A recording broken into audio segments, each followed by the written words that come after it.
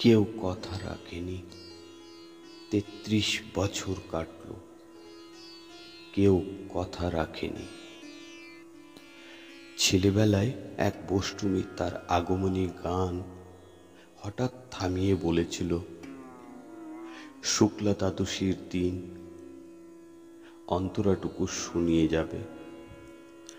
তারপর কত চন্দ্রভোগ অমাবস্যা চলে গেল, কিন্তু সেই বষ্টমী আর এলো না। ২৫ বছর প্রতীক্ষায় আছি।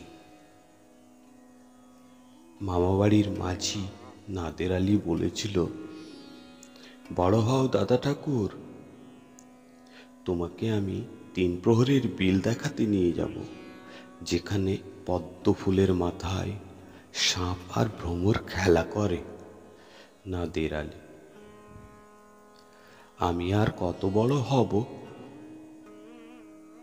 আমার মাথার এই ঘরের ছাদ ফুঁড়ে আকাশ স্পর্শ করলে তারপর তুমি আমায় ৩ প্রহরের বিল দেখাবে।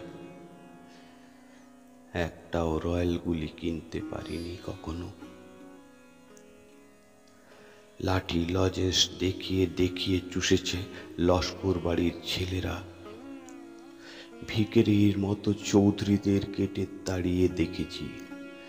ভেতরে রাস উৎসব, অবিরল রঙের ধারার মধ্যে সুবর্ণ কঙ্কন পরা ফর্সা রমণীরা কত রকম আমোদে হেসেছে।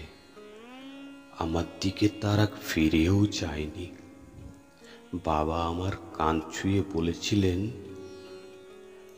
দেখিস একদিন আমরাও। বাবা এখন অন্ধ, আমাদের দেখা হয়নি কিছুই।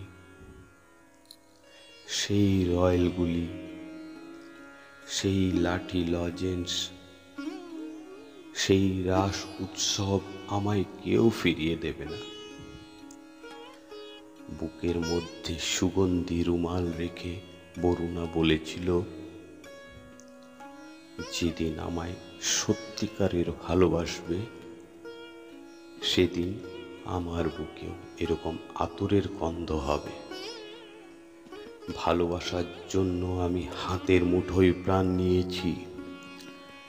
দুরন্ত ষাঁড়ের চোখে বেঁধেছি লাল কাপড়। বিশ্ব সংসার তন্ন তন্ন করে খুঁজে এনেছি ১০৮টা নীল পদ্ম, তবু কথা রাখেনি বরুণা। এখন তার বুকে শুধুই মাংসের গন্ধ। এখনো সে যে কোনো নারী, কেউ কথা রাখেনি।